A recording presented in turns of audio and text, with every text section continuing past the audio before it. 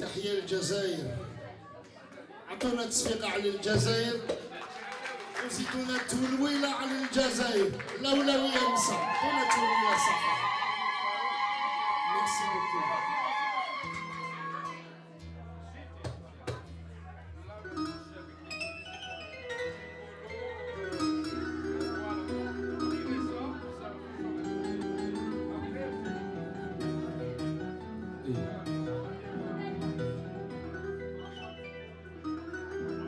نحمد ربي ونشكر عن هاد الساعة السعيدة.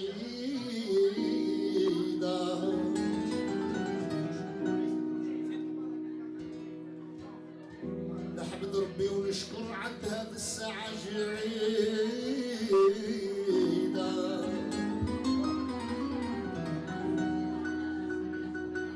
هجرنا من طرف الكون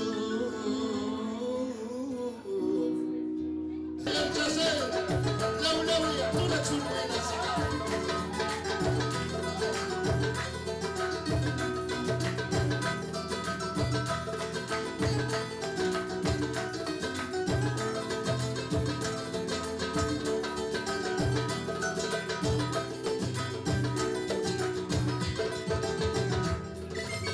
بسم الله نبدا نور القلوب نساسي مالنا شهد مرحبا واللي عشيقنا فينا. الحمد لله ما بقاش استعمار في بلادنا. السرسين القلب والخوف والشجعان. الرجال في الغيب والصحراء وجبالنا. تحيا الجزائر حرة رجال ونسوان.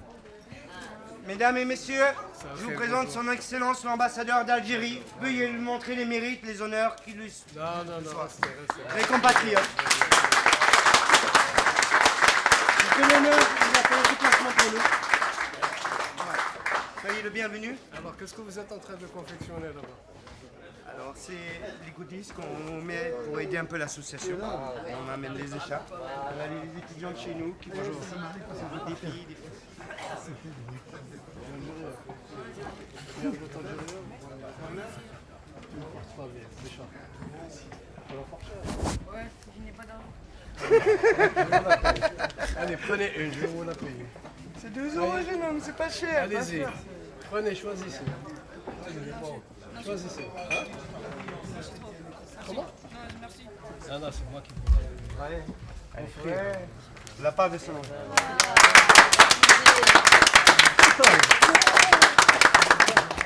Qu'est-ce que vous choisissez, les gars? Eh bien, elle fait combien, gars? 2 euros. Non, le tout. Le tout. Il y a 20 pièces. 4, 6, 8, 10, 10, 14, 16, 18, 20, 22, ça donc 44 euros. 22, Non, multiplié 20 par pièces, 2, 20 pièces. 20 pièces, 40. Vous offrez à vos amis. Vous prenez le tout. Tu partageras, jeune homme. Hein. L'Algérie, c'est partagé. Et là, je vais le payer. Ici, merci. Voilà. Et c'est comme ça? Voilà. C'est pour vous. C'est gentil. Il faut les offrir.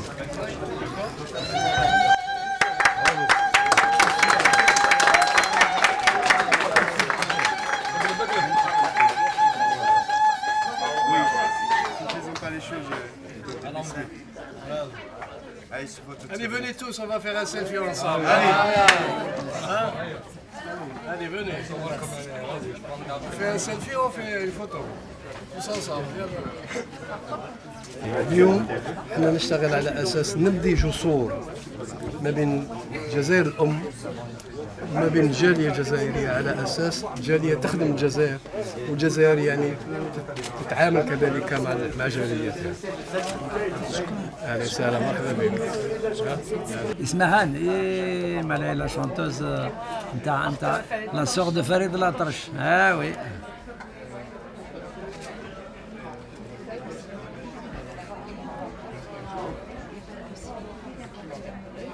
بن عبد الله بن عبد الرحمن. بن عبد الرحمن. وي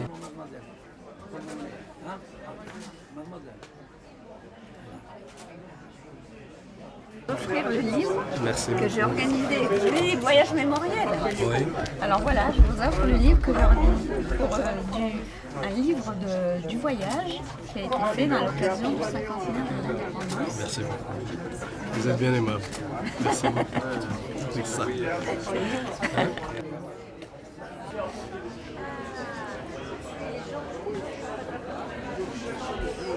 Mesdames, messieurs, bonsoir. Soyez les bienvenus. Ce soir, nous allons célébrer notre 56e anniversaire de la déclaration d'indépendance. Oui, ce soir, c'est la fête nationale de l'Algérie. Avant d'entamer la célébration, nous allons prendre un instant pour honorer notre hymne national. Mais avant tout, je vous présente quand même nos pères fondateurs, les Moudjahidines de la Fédération de France. Je vous demanderai de les acclamer.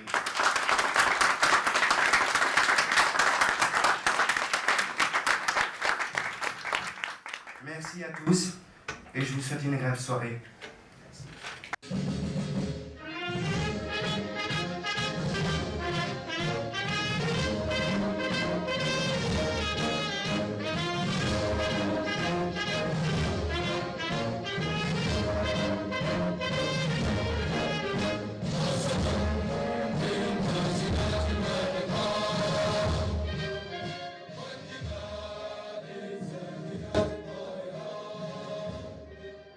وسلام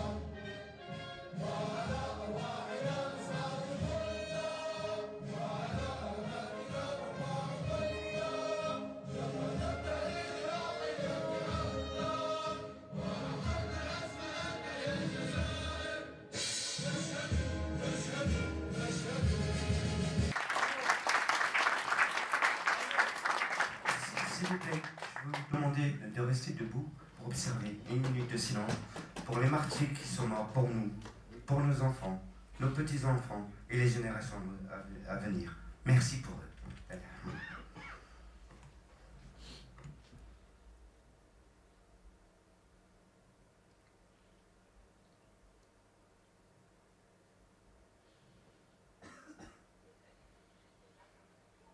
Allahu Akbar. La ilaha illallah. Merci. Monsieur l'ambassadeur, chers amis algériens, chers amis français dans la salle, je suis un peu ému pour une raison que vous imaginez, parce que lorsque je suis avec les amis algériens, je me sens un peu en famille. Et donc, je vous ai proposé de faire un panorama de ce qu'a été l'opinion publique française durant votre guerre d'indépendance, en essayant un petit peu, c'est un des défauts des historiens, de remonter dans le temps, et en essayant un petit peu d'expliquer ce qu'ont été les difficultés de compréhension de l'opinion publique française. En novembre 1954, la France entre en guerre en quelque sorte sans le savoir. La première chose que je voudrais souligner, c'est que la France est restée dans ses profondeurs, dans les profondeurs de son opinion, profondément colonialiste à cette époque-là. L'attachement aux valeurs coloniales paraît tellement désuet, tellement dépassé aujourd'hui qu'on a envie d'oublier qu'il a été partagé par l'immense majorité des Français durant 3 ou 4 générations. 63% des Français, donc en 1945, pensent tranquillement que l'Indochine sera laissée à la France, et je vous laisse imaginer quelles pouvaient être les opinions sur les autres colonies françaises. Et en particulier, par exemple, Charles de Gaulle, qui apparaîtra par la suite, et à mon avis à tort, comme un partisan de l'indépendance de l'Algérie dans les tout derniers moments. Charles de Gaulle en 1947, il n'est pas si vieux quand même, 1947, Charles de Gaulle, 18 août 1947, la France, quoi qu'il arrive, n'abandonnera jamais l'Algérie. Certaines surenchères ou excitations que déploient soit en métropole, soit sur place les séparatistes seront totalement écartées. Alors évidemment, ça ne sous-estime pas le fait qu'il y a eu des protestations, ça ne sous-estime pas le fait qu'il y a eu des oppositions à la colonisation française, mais globalement, tout l'appareil d'État était au service de cette propagande.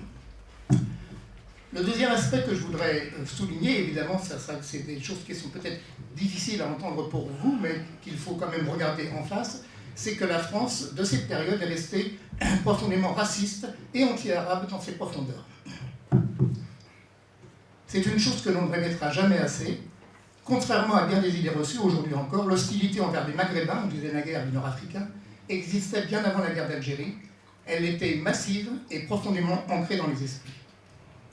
En janvier 1951, plus de 3 années donc avant le début de la guerre d'Algérie, un institut pose aux Français parmi les peuples suivants, pour lequel avez-vous personnellement le plus de sympathie ou d'antipathie, et l'institut proposait 10 peuples. Les Nord-Africains, qui étaient considérés comme un seul peuple dans le sondage, arrivent 9e sur 10. Et cette étude est quantitative, en quelque sorte, est confirmée par divers témoignages de contemporains. Il y a d'abord le lourd contentieux illustré par le vocabulaire raciste. Omniprésent, aujourd'hui le vocabulaire raciste est également malheureusement omniprésent, mais il est à l'époque quotidien, partagé par l'immense majorité des Français. Vocabulaire évidemment ramené en métropole par les soldats, les administrateurs, les voyageurs, les Français d'Algérie. Le mot sidi, à connotation mi-paternaliste, mi-péjorative, domine entre les deux guerres. Il est progressivement supplanté par celui infiniment plus blessant de bico, de crouilla, tous ces termes qui sont racistes et qui sont encore une fois partagés par une grande partie de l'opinion française. Dans la vie quotidienne, au café par exemple, jamais un Français n'ira s'asseoir à côté d'un Nord-Africain. Certains cinémas refusent d'entrer aux bas années. Aux bains-douches municipaux, il y a des horaires qui leur sont réservés. Voilà, cette première conclusion à la veille de la guerre, tous les ingrédients pour une incompréhension encore une fois, de la masse de la population. Je ne parle pas évidemment d'un certain nombre de gens qui étaient déjà engagés, qui avaient une analyse approfondie des réalités coloniales, mais je parle de la masse de la population. C'est l'objet de ma contribution. Alors, évidemment, cette guerre a évidemment accentué ces deux caractères, ne serait-ce que par le fait que des milliers de soldats français y sont morts, que 2 millions y ont souffert, à des degrés divers. Encore une fois, bien sûr, je parle de l'opinion française telle qu'elle la ressentait, et qui, dans le même temps, n'était pas partie prenante aux souffrances du peuple algérien, dans sa masse. Le visage de l'Algérien, avant d'être celui d'un patriote qui veut reconquérir sa liberté, a d'abord été celui d'un ennemi. Un ennemi qui d'abord risquait à tout moment de tuer l'être cher, un fiancé, un mari, un frère qui était en Algérie. Toute la presse française à l'époque, quasi-totalité de la presse française, il y a des exceptions, est remplie de cet argument qui aurait l'idée de proclamer l'indépendance de l'Auvergne ou du Périgord. L'Algérie, c'est la même chose. Jetons un nouveau coup d'œil sur les sondages de l'époque. On a beau chercher, on ne trouve nulle part de sondage sur l'avenir de l'Algérie avant octobre 1955, c'est-à-dire au terme de la première année de guerre. Et en octobre 1955, 47% des sondés se prononcent pour le maintien du statu quo en Algérie, 47%, donc la moitié des Français. Décembre 1955, en pleine campagne électorale, on demande aux Français quelle devrait être la priorité du prochain gouvernement. 25% seulement répondent l'Algérie. On est donc en décembre 1955, 25%, ça signifie donc que les 3/4 des Français ne considèrent pas cette question encore comme prioritaire. On peut considérer que l'année 1956 est celle du basculement de l'opinion vers un intérêt massif pour l'Algérie.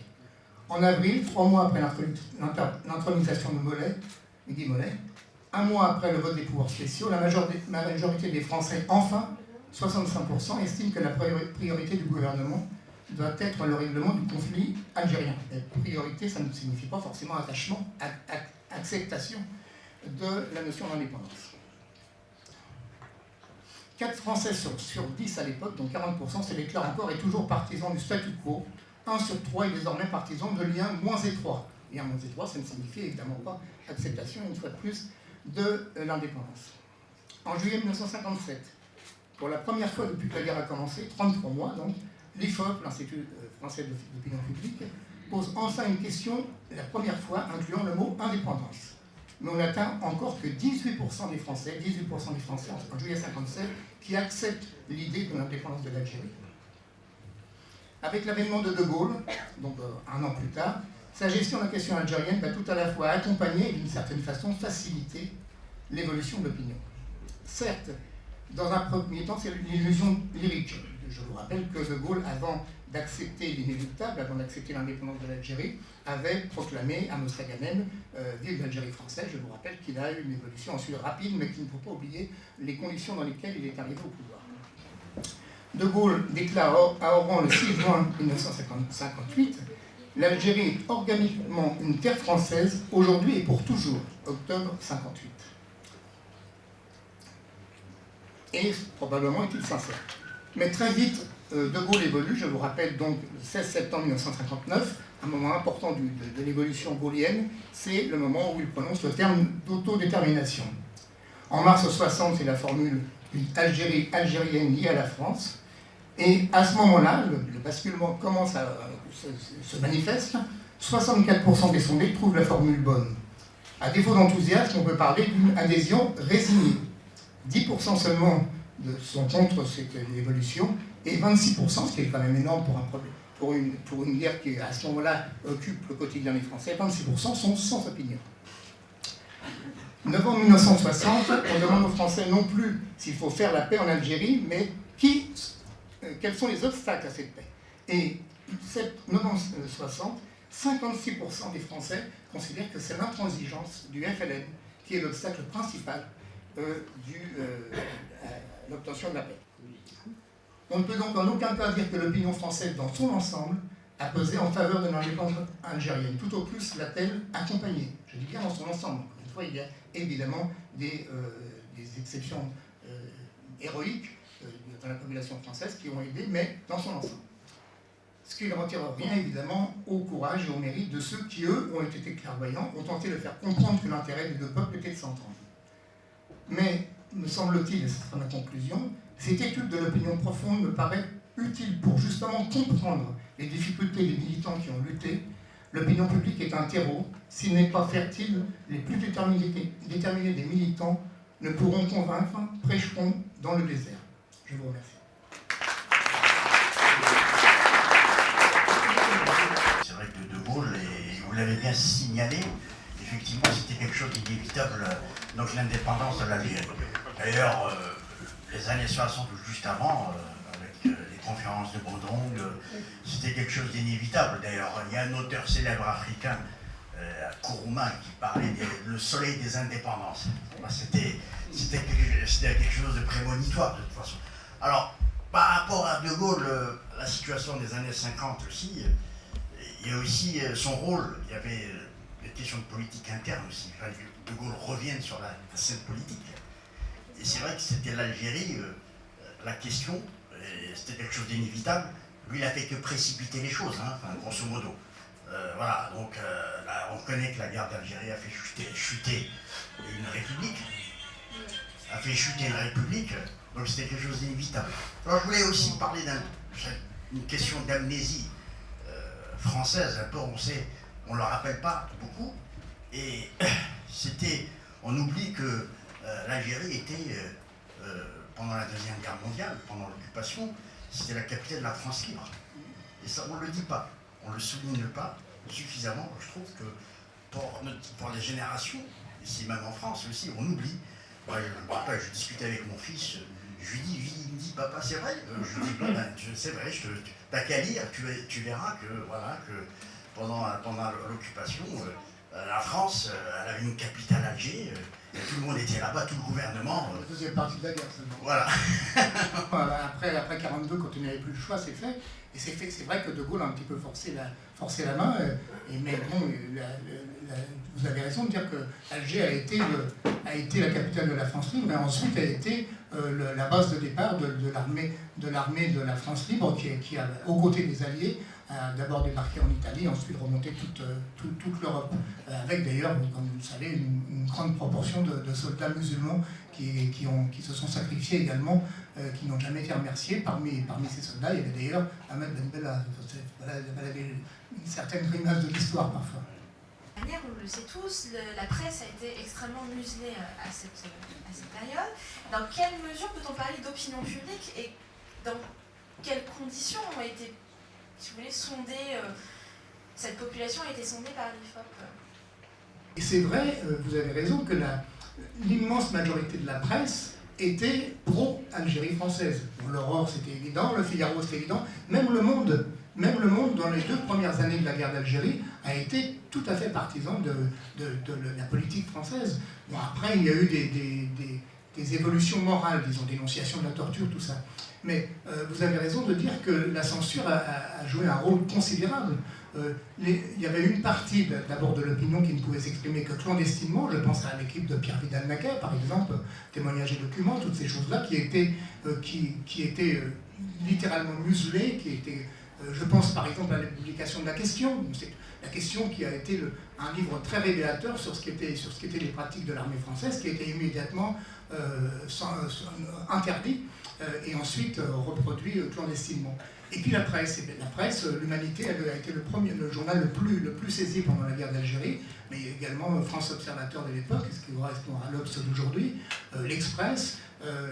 Le Monde a été même par la suite interdit en Algérie. Donc effectivement, l'opinion publique, vous avez raison d'insister là-dessus, c'était finalement des gens qui n'étaient pas suffisamment informés et donc qui d'un certain point de vue suivaient un petit peu ce qui était l'air du temps. Son Excellence, notre frère, Monsieur l'ambassadeur de la République algérienne démocratique et populaire, Mesdames, Messieurs, honorable assistance, je vous dis bonsoir et je vous apporte le salut du peuple algérien, puis je suis venu spécialement, justement, pour assister à cette rencontre historique. Tout d'abord, je remercie le président de l'association culturelle qui m'a invité pour que je vienne justement donner ce témoignage vivant, parce que notre histoire, elle est longue et large. Ce n'est pas en 1 heure ou en 3/4 d'heure qu'on peut parler de l'histoire. Mais ce que je voudrais justement aujourd'hui vous apporter, c'est le rôle de l'émigration, puisque nous sommes ici, le rôle de l'émigration qu'elle a joué avant la Révolution, avant le 1er novembre 1954 et durant la lutte de libération nationale. Je vais vous donner quelques repères, parce que rentrer dans les détails, le temps ne permet pas, et ma voix peut-être va me trahir. Alors, avant le 1er novembre 1954, parce que le 1er novembre, il n'est pas tombé du ciel. Il y a eu quand même des origines qu'il faut rappeler, justement, surtout à la jeunesse, surtout à l'émigration, je le dis bien. Donc, après la Première Guerre mondiale, les Algériens qui se trouvaient ici, déjà, ils ont participé à cette guerre, justement, qu'il y a eu des centaines d'Algériens morts pendant la première et la deuxième, effectivement. Eh bien, ils ont compris, justement, je dis le mot cruellement, il s'agit, les Algériens sont devenus, les Algériens, à l'époque, nous étions des indigènes, déjà, alors c'est la chair à canon. Je le dis cruellement, et c'est là l'objectif de l'occupant. Ben, donc, après la Première Guerre mondiale, je cite même l'émir Khaled, le petit-fils de l'émir Abdelkader, justement. Donc, il voulait, parce qu'il était capitaine d'Ispaïs pendant la Première Guerre mondiale. Il est un officier, il a fait Saint-Cyr, il a fait tout. Donc, c'est lui qui a commencé, en 1919, justement, à parler de l'indépendance de l'Algérie. Comment? Il a même fait une revue à l'époque, il s'appelle Fraternité algérienne, 19-20, voilà, donc pour donner un G. Après, comme il a commencé à bouger effectivement, à contacter et tout, alors donc, qu'est-ce qu'ils ont fait les Français? Voilà, ils l'ont exilé en Égypte. Il a été exilé. Voilà, et pourtant il a servi dans les rangs de l'armée française pour défendre leur mère patrie. Et ben voilà, il a été exilé. Mais il a eu quand même une idée, il a laissé des consignes à certains communistes, c'est un militant communiste, bien sûr, algérien, justement, il leur dit, faites quelque chose, présentez un document, justement, pour créer une association justement, algérienne. Voilà, c'est ça le gouvernement. Et bien, ces militants, les noms sont connus, je n'ai pas, parce que le temps ne permet pas, comme j'ai dit, notre histoire elle est longue et large. Moi, je vous donne des extraits, des têtes de chapitre, et vous allez les trouver. Je n'ai pas pour me flatter. J'ai écrit un livre sur 650 pages, bien sûr, sur les massacres du 17 octobre 61. Bien sûr, je n'ai pas parlé de cet événement, j'ai parlé depuis 1926, l'étoile nord-africaine, jusqu'à l'indépendance. Ben, donc, en cette occasion aujourd'hui, du 56e anniversaire du recouvrement de l'indépendance de l'Algérie, on ne nous a pas donné l'indépendance, comme disaient certains. De Gaulle nous a donné l'indépendance. Ça, vraiment, c'est insulter les morts déjà. Les morts, déjà. Et ben, l'Algérie, elle était indépendante. Donc, c'est un recouvrement de l'indépendance. En arabe, de Stirja al-Siyada al-Wataniya. Stirja. Voilà, il faut dire les choses.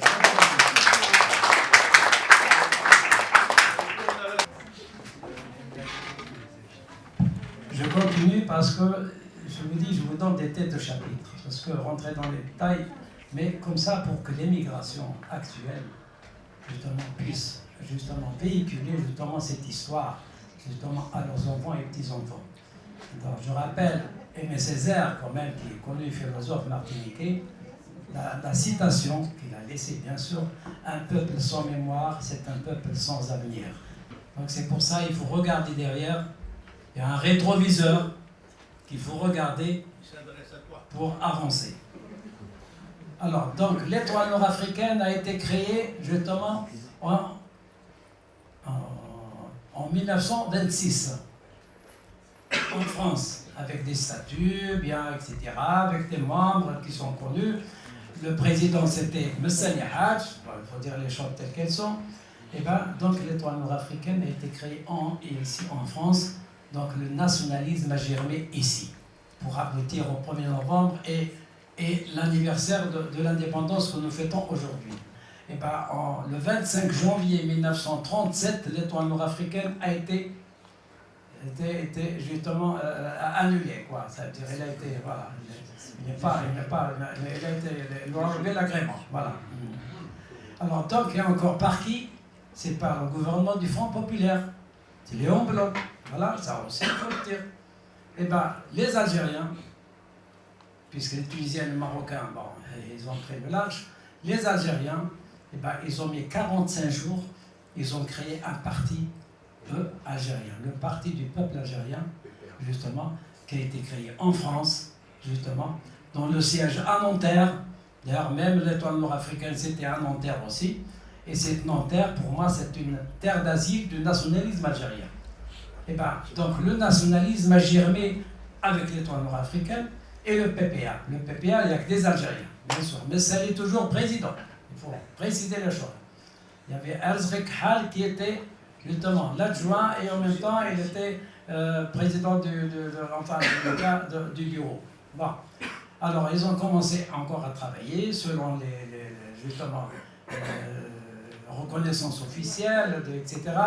Et ben, jusqu'à en septembre 1939, l'étoile noire, le PPA était aussi justement annulé, terminé. Voilà, à la veille de la Deuxième Guerre mondiale, justement. Alors, donc, elle a été dissoute à son tour. Et ben, mais les militants, ils ont continué à travailler clandestinement. Maintenant, tout ça, c'est en France. Hein. Alors, en Algérie, ils voulaient y aller, le PPA voulait, ils ont été s'installer là-bas. M. Lihat, il a été en 1937, quand ils ont installé le bureau et tout ici. Il a été en Algérie pour faire un bureau, etc. C'est un parti reconnu par la France. Donc, il n'y a pas de... Finalement, les Pieds Noirs, ils étaient contre, effectivement. Ça c'est tout à fait comme... Les Arabes, ils vont faire un parti, qu'est-ce que ça veut dire, ça? Bon. Alors, donc, Messali Hadj a été arrêté le mois d'août 1937 à Alger, incarcéré à Al-Harrach, à la prison de Maison Carrée. Et ben, son adjoint qui était là, Arzrek Hal, il est parti reprendre l'activité, effectivement. Et ben, en 1938, il a été arrêté aussi. Arzrek Hal, ils appellent ça Arzrek Hal. Il est mort, justement, il a été arrêté, il a fait la grève de la faim, avec des militants, bien sûr, qui étaient arrêtés. Et ben, il a fait la grève de la faim, il est mort à Serkaji. Alors, avant qu'il meure, bien sûr, ils l'ont transféré, une ambulance l'a transféré à l'hôpital Mustapha pour dire qu'il est mort à l'hôpital. Ils ne veulent pas reconnaître qu'il est mort à Serkaji. Voilà. Alors, et ben, voilà donc la situation. Donc, le PPA a continué à travailler clandestinement jusqu'au 8 mai 1945. Là, je rentre maintenant dans le... Alors, le mardi 8 mai 1945, le PPA, ça veut dire les militants du PPA clandestin, bien sûr, avec Farhat Abbas qui était président de l'UDMA, donc justement, on appelle ça les Amis du Manifeste et de la Liberté, les AML, ils ont programmé ensemble de faire une marche pacifique, justement, contre la France, ce sera libre par les Allemands, effectivement. Donc l'armistice, à partir de là, le général Duval, je parle maintenant, mai 1945, le général Duval, qui dirigeait l'armée française à l'époque avec les Sénégalais et tout, c'est connu, eh ben, il a fait un rapport à son gouvernement. Ce que je vous dis là, je l'ai retiré des archives officielles. D'ailleurs, Stora l'a bien dit, Jean-Luc Imodi l'a bien dit, d'autres, ceux-là, ceux qui ont accédé aux archives. Eh ben, général Duval, dans son rapport au gouvernement de Gaulle à l'époque, bien sûr, c'est lui-même, il a dit que j'ai réussi, justement, à mater les meutes. C'est une meute pour lui.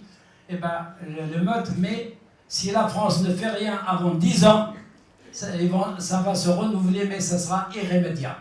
C'est dans le rapport officiel du général Duval, justement. Parce que ça n'a pas mis 10 ans, ça a mis 9 ans. Le 1er novembre 1954 a éclaté.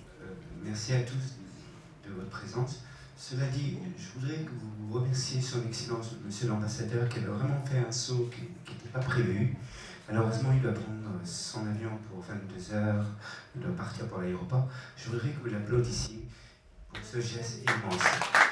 Merci à vous, Monsieur l'Ambassadeur. Merci pour nos mères fondateurs, nos pères fondateurs, les Moudjahidines de votre présence solennelle. Cela nous touche profondément. Et cela dit, je vous remercie et soyez toujours le bienvenu au sein de l'association culturelle Témoignage et Mémoire de l'histoire de la Fédération de France du FLN.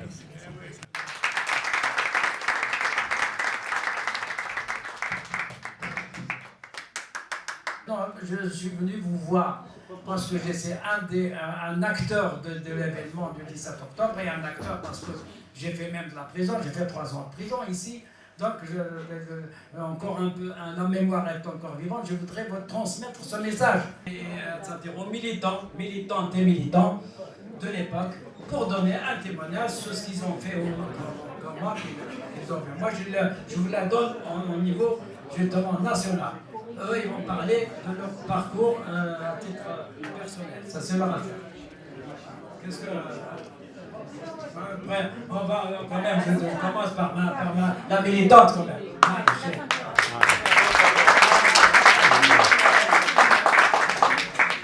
Bonsoir, messieurs et mesdames. Veuillez m'excuser parce que j'ai pas grand-chose à vous dire, parce que tout ce qui est passé, la jeunesse, j'ai couru, j'ai combattu, j'ai fait ce qu'elle devait faire l'Algérienne. Mais il y a le monsieur m'a fait penser à monsieur Papon. Que monsieur Papon, je n'ai pas eu un bon souvenir de sa part. Parce que moi j'étais infirmière, je travaillais à l'hôpital Cochin la nuit. Mon mari étant donné arrêté à Vincennes, je me trouvais enceinte.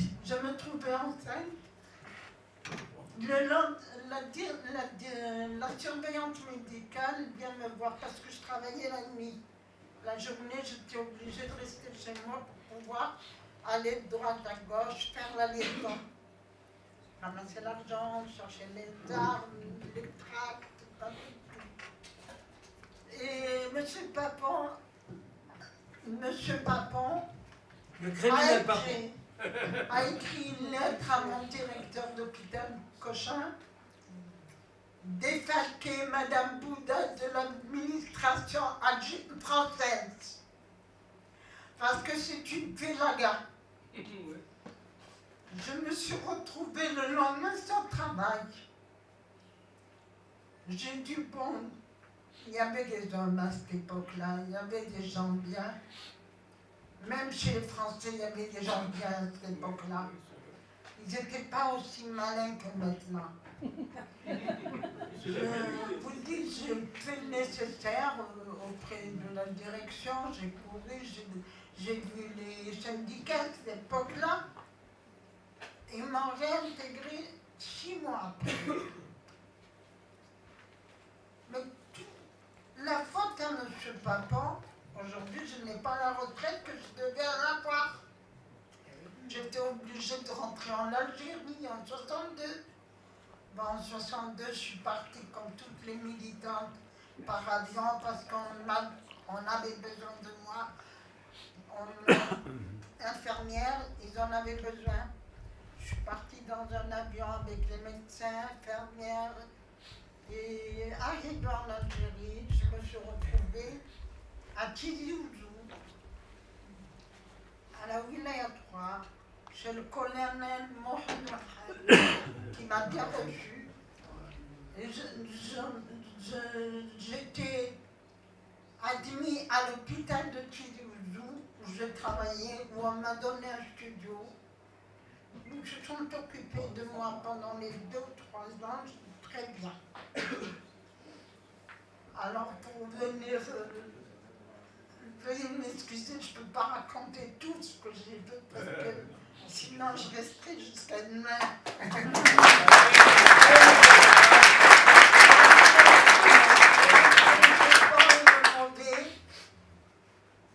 C'est quand même notre pays.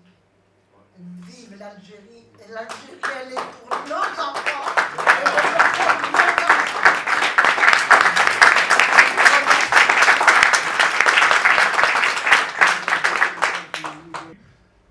En Kabyle, on dit, dans une assemblée comme ça, quand il y a une personne plus âgée que nous, plus, disons, placée que nous, on dit ce qui veut dire, on ne va pas dire beaucoup de choses quand Kamil Haj, il a dit tout.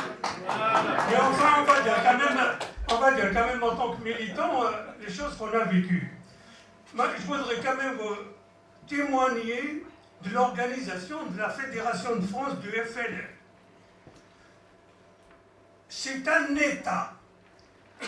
Nous avons des structures, chaque militant, chaque responsable, qu'il soit wilaya, qu'il soit chef de cellule, il est arrêté le lendemain, son suppléant prend sa place. Il n'y a pas à chercher qui est-ce qui va être. On est structuré. Nous avons des comités de justice, nous avons des groupes de choc, nous avons des cellules de protection. Nous avons aussi, on a fait appel à des femmes plutôt de préférence mariées avec des gosses pour nous transporter ce qu'on appelle la liaison, nous transporter l'argent, les papiers quand ils sont vraiment importants, d'un arrondissement à un autre, ou même aller en Allemagne, en Belgique, en machin, dans les autres pays. Donc, on est complètement structuré. Hein. Mais il y a une discipline. Vous demandez à un Algérien d'enlever sa veste, vous la donnez, il ne vous dira pas non. Il vous la donne. Je ne sais pas s'il y en a qui connaissent le 15e rue de Vaugirard. Elle fait de la porte Versailles à boulevard Saint-Michel. Elle traverse 4 arrondissements. On revient d'une réunion, on rencontre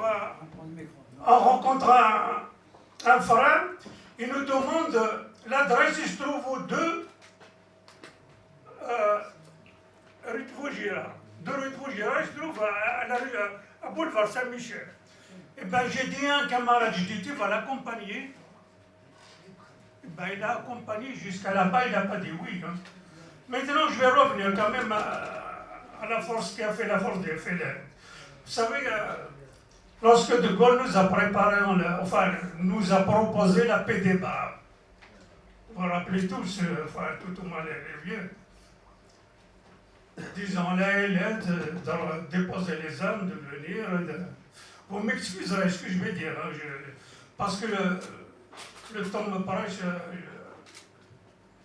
le monsieur qui va m'amener, je suis à la Courneuve, je ne suis pas à côté. On est là jusqu'à 1h pour vous. Hein? On est là jusqu'à 1h du matin pour vous. Ah bah c'est très bien. Alors, vous savez ce qu'on a répondu à De Gaulle? Ici en France, hein, c'est ici qu'on a sorti le disque. Il nous a proposé la paix des bras. Rendez-vous, on va discuter, on va poser les armes. On lui a dit وهي تقول بركة ما تنبح الشي معقول ما نحطوش نصلح الحرب طول هذا وين يقوى الكفاح ainsi de suite.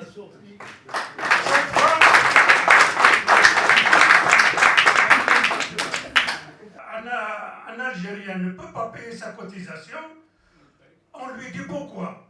S'il dit je ne travaille pas, je n'ai pas de sous, on lui dit tu fais appel, on te donne une aide, on les aide. Celui qui a des gosses, par exemple, s'il ne travaille pas, on lui donne une aide. Celui qui est malade, par exemple, il ne peut pas soigner, il n'a pas assez, je manque de sous, on lui donne une aide. Tout ça, c'est les dons des frères qui travaillent, qui ont des moyens. Chaque fois qu'on fait la réunion de finances tous les mois, d'ailleurs, le frère m'a demandé tout à l'heure si j'étais arrêté.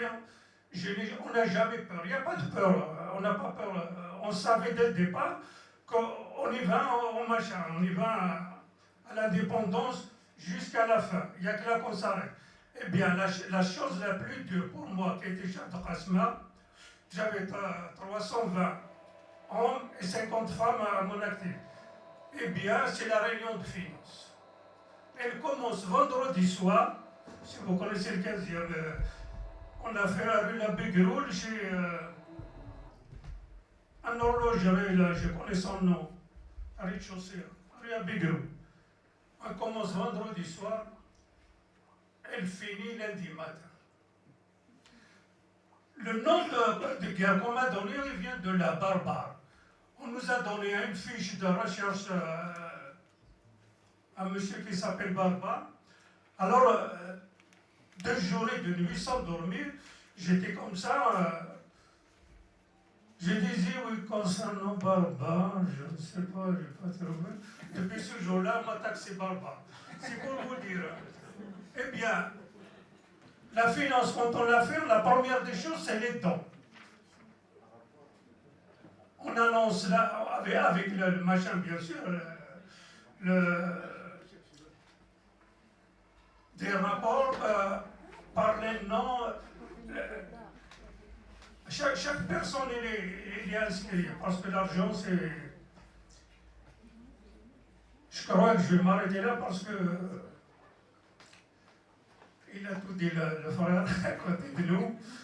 Mais on a eu quand même...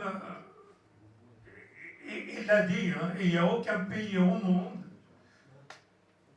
qui a amené la guerre dans son pays, il n'y a que l'Algérie. Il n'y a que l'Algérie qui l'a fait. Personne ne l'a fait. Parce qu'on est déterminé. Je vais ajouter quand même 2 mots en revenant en arrière. Pour les jeunes générations. C'est vrai, le frère à côté, il a signalé beaucoup de choses avant mai 47. Mais pour nous, la vraie révolution, je parle de la Kabylie, hein, ça qu'on connaissait, même à Tizi Ouzou, on n'allait pas à l'époque.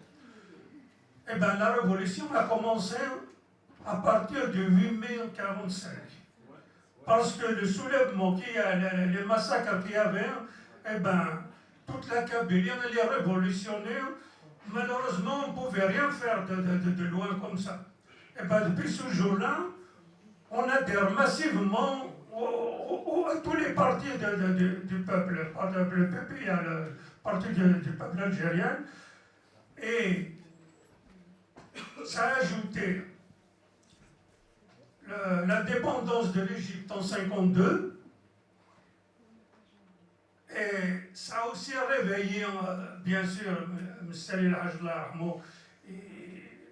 il a dit, le frère, je ne vais pas répéter derrière lui tout ce qu'il avait fait. Donc le peuple algérien, alors quand on parle de ça, c'est pour vous dire, les vieux nous disaient, et je m'arrêterai là parce que c'est très important, les vieux nous disaient, il viendra le temps où les pieds noirs, enfin les colons, ils vont descendre du mur, en maçon, il descendra du mur, il n'a pas le temps de laver les mains, il traverse la mer. C'est ce qui est arrivé.